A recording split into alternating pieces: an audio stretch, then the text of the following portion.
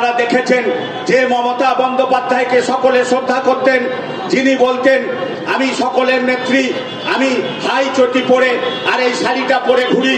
High চটির দামও জানবেন যে উনি আমাদের যে চটি পরি, আমাদের রাহুল দা যে চটি পরে তার অনেক গুণ বেশি দামের উনি জুতো পরেন। আর শাড়িটা বাইর থেকে এনে দেখানো হয় আমি নীল সাদা শাড়ি পরছি, আট পেরে জীবনযাপন করছি, আর তার ভাইপোর কোটি কোটি টাকা হবে, সেটা আমাদের মেনে নিতে হবে। তার কিছুই হবে না, এটা মেনে নেওয়া যায় না।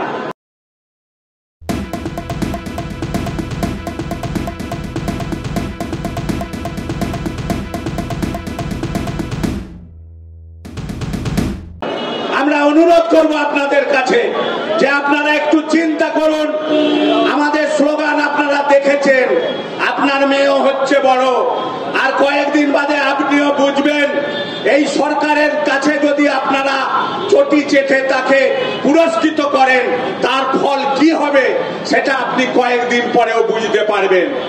আপনি সন্দীপ বাবুর ইতিহাস দেখেছেন, বডিও বিক্রি করে দেয়, এটা আপনারা দেখছেন। এখন ওষুধ বিক্রি করে দেয়, প্রমাণ লোপাটের জন্য বুলডোজার দিয়ে বাড়ি ভেঙে দেয়, প্রমাণ লোপাটের জন্য কোনো কিছু ব্যবস্থা করেননি তিনি, তারপরেও তাকে অ্যারেস্ট হচ্ছে না। আজকে অনর্গল দেখলেন আমাদের জুনিয়র ডাক্তাররা, সিনিয়র ডাক্তাররা রাজু ভবনে গেছে। এখান থেকে আমরা আওয়াজ তুলছিলাম যে আমরাও তাদের সঙ্গে আসি, কেন আমাদের থাকতে হবে? আপনাদের জন্য এই ঘটনা ঘটেছে, আপনারা করেননি বলে আজকে পথে মানুষকে নামতে হয়েছে। লজ্জা করেনি আপনাদের?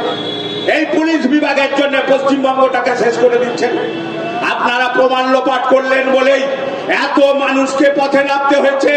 ডাক্তারদের মতো লোককে রাস্তায় বসে থাকতে হচ্ছে দিনের পর দিন, সাধারণ মানুষকে মোমবাতি নিয়ে মিছিল করতে হচ্ছে, বৃদ্ধ বৃদ্ধাদের মিছিল করতে হচ্ছে, দলকে মিছিল করতে হচ্ছে। এরপরও লজ্জা করেনি আপনাদের? এখনো সঠিক কথা বলছেননি, বলছেন নবান্নতে মিটিং রাখবেন।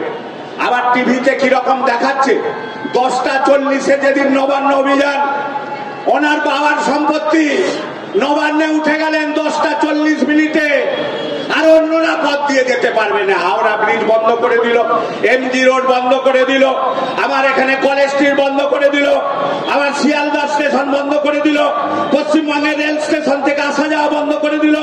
আমাদের যে সব রোডগুলো আছে সেই সব গ্রাম থেকে যে যারা আসবেন তাদের রোড বন্ধ করে দিল, দ্বিতীয় হুগলি সেতু বন্ধ করে। ওনার পৈতৃক সম্পত্তি, পুলিশদের লজ্জা লাগেনি?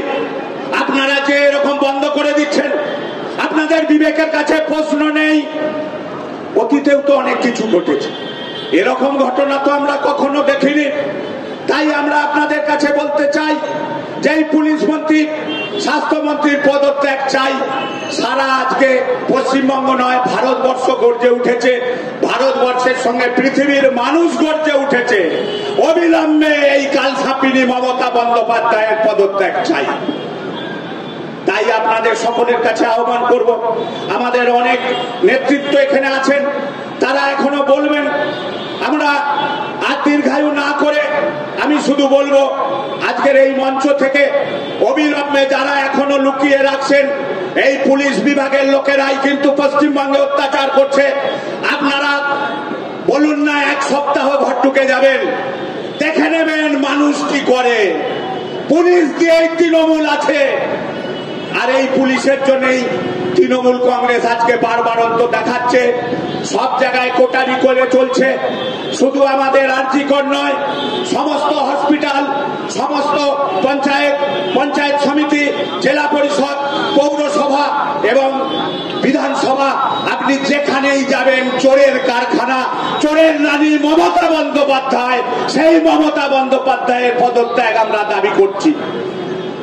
আমরা আশা করব পথ চলতি মানুষ, সুধী নাগরিক, অফিস ফেরত মানুষ যারা আছেন, আমাদের মঞ্চের নিচে যারা বসে আছেন এবং অগণিত মানুষ যারা আমাদের মাইকের আওয়াজ শুনছেন, তাদের কাছে আমরা স্বনির্বন্ধ অনুরোধ করব, আজকে পশ্চিমবঙ্গের যে আন্দোলন আপনারা দেখেছেন, যে মমতা বন্দ্যোপাধ্যায়কে সকলে শ্রদ্ধা করতেন, যিনি বলতেন আমি সকলের নেত্রী, আমি হাই চটি পরে আর এই শাড়িটা পরে ঘুরি।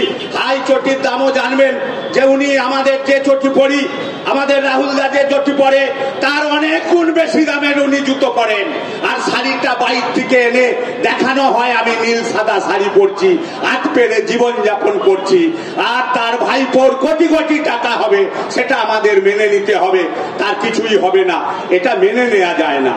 তাই সকলের কাছে আবেদন করব, আমাদের যেহেতু আরো অনেক বক্তা আছে, তাই আমি আর না বাড়িয়ে আপনাদের সকলকে যথাযোগ্য সম্মান জানিয়ে আমাদের মঞ্চে সকল নেতৃত্বকে আমি আর একবার শ্রদ্ধা জ্ঞাপন করে আমি আমার বক্তব্য শেষ করলাম। জয় হিন্দ, বন্দে মাতরম, ভারত মাতা কি জয়। আপনারা দেখছেন আওয়াজ, রোজকারের হক কথা। ফর মোর আপডেটস অ্যাবাউট আওয়াজ, please subscribe our YouTube channel.